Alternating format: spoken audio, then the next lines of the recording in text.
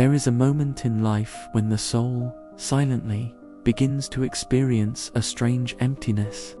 It is not loneliness, properly speaking.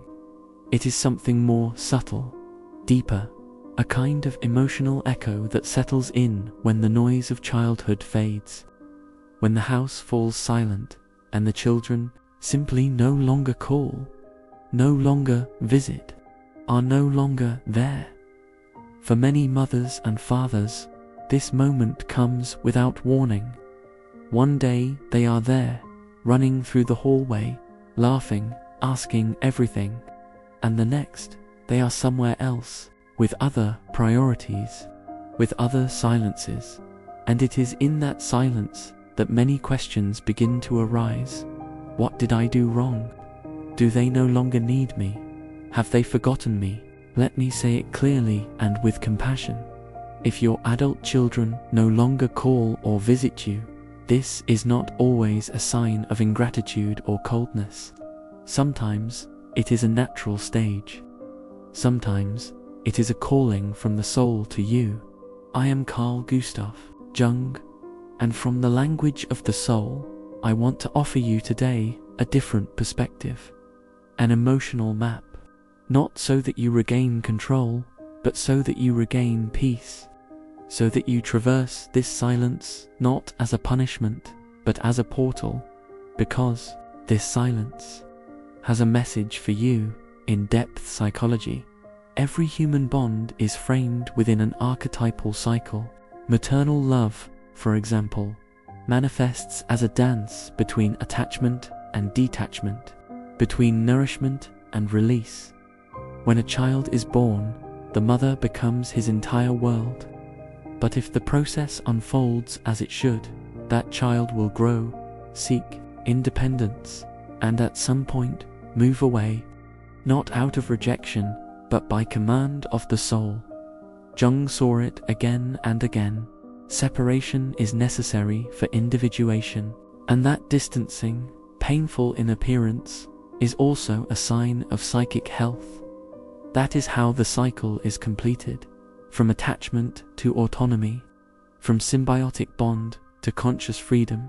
Then, why does it hurt so much? Because many times, when the children leave, one is left with oneself, and that encounter is sometimes frightening. There is a truth that almost no one says. Being the parent of adult children requires a radical transformation of one's own role, because you are no longer the indispensable figure, no longer the center, no longer the source, and that can be experienced as a loss, as a grief. Many parents are not prepared for that transition. They remain clinging to the past, to the need to be called, to the need to feel needed. But the soul evolves when one accepts its mutations, when one allows oneself to die symbolically in order to be born again. Motherhood and fatherhood do not end when the children leave, but they do transform. And if you do not change with that bond, the bond breaks. Love demands adaptability. Sometimes, when children move away, an unconscious temptation appears to make them feel guilty, to say things like, "You never have time for me. You forgot who raised you. When you were little, you did love me." This may seem like a way to express pain, but in reality it is a form of unconscious manipulation. It is not evil, it is fear, it is unprocessed wound. The result, however, is devastating. The child feels that being with you means carrying an emotional debt. That love comes with a bill, and so they move even further away. What they need instead is to feel that you are okay, too. That you do not depend on their presence to live, that you can love them without demanding their existence. One of the greatest shadows in the relationship with adult children is that of unrecognized sacrifice. Phrases like, "I gave everything for you. I gave up my life for your dreams." These phrases, although full of truth, carry an implicit, painful message. Now you owe me something, and no one can flourish under the weight of an emotional debt. If you sacrificed for your children, I honor your dedication. But now, you need to reclaim yourself. Return to yourself. Not so they thank you, but so that you feel complete. Jung said, neurosis begins where sacrifice becomes identity. You are not only a mother or father, you are a soul, a being in process. And you deserve a life that belongs to you, even if your children do not validate it. Here comes the crucial moment. If your children no longer call or visit you, do this. 1. Stop, breathe, and release the narrative of abandonment. What you constantly think becomes your psychic reality. If you repeat, "My children have forgotten me," you fill yourself with pain. But if you begin to say, "I am in a new cycle of my life, and I am reconnecting with myself," everything changes. 2. Write, not for them, for you. Put your emotions on paper, your anger, your sadness, your nostalgia. Seeing them written will help you process them, and little by little, understand them. 3. Do something just for you. A course, a walk, a therapy session, a spiritual practice, something to remind you that your soul has not stopped living, just because your children have gone their own way. 4. Speak to them from love, not from demand. A call that says, "I just wanted to say hello, I'm doing well, I love you." No complaints, no blackmail, just presence, just truth, just heart.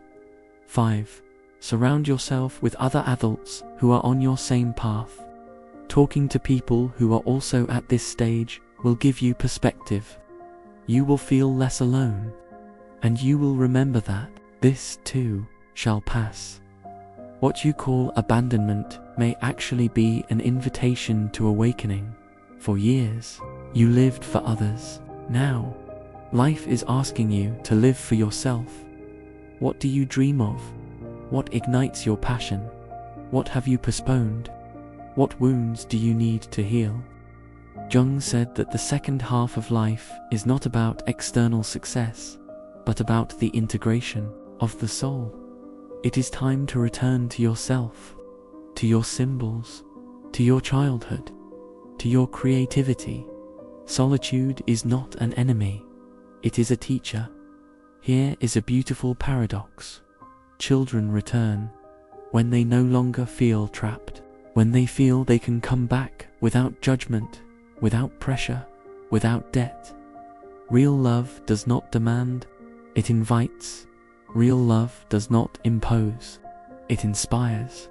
When they perceive that you have found your center, that you are alive by your own merit, that you can be alone without falling apart, then they return, not as dependent children, but as free adults. And there begins a new relationship, more mature, more authentic, more luminous. The love of this stage is not measured in calls, nor in visits. It is measured in inner presence, in the peace you feel when you think of them, in the trust you emanate, even in silence. Your task is no longer to educate them, it is to love them from a distance. Your mission is no longer to guide them, it is to sustain your own light. Jung said, the best way to change a relationship is to transform oneself. So change, evolve, rebirth, make silence a sanctuary, make your solitude a home, make your story a temple, and remember, you too are the son or daughter of something greater, of life, of mystery, of the universe. Your path is not over, it has just begun. When your children no longer call or visit you, do not sink into abandonment. Dive into yourself, discover yourself, heal yourself. Because the mature soul does not need to be seen to know it exists. And when love stops demanding, it blossoms, because sometimes The true reunion is not with your children, it is with yourself, and that is the most sacred bond of all.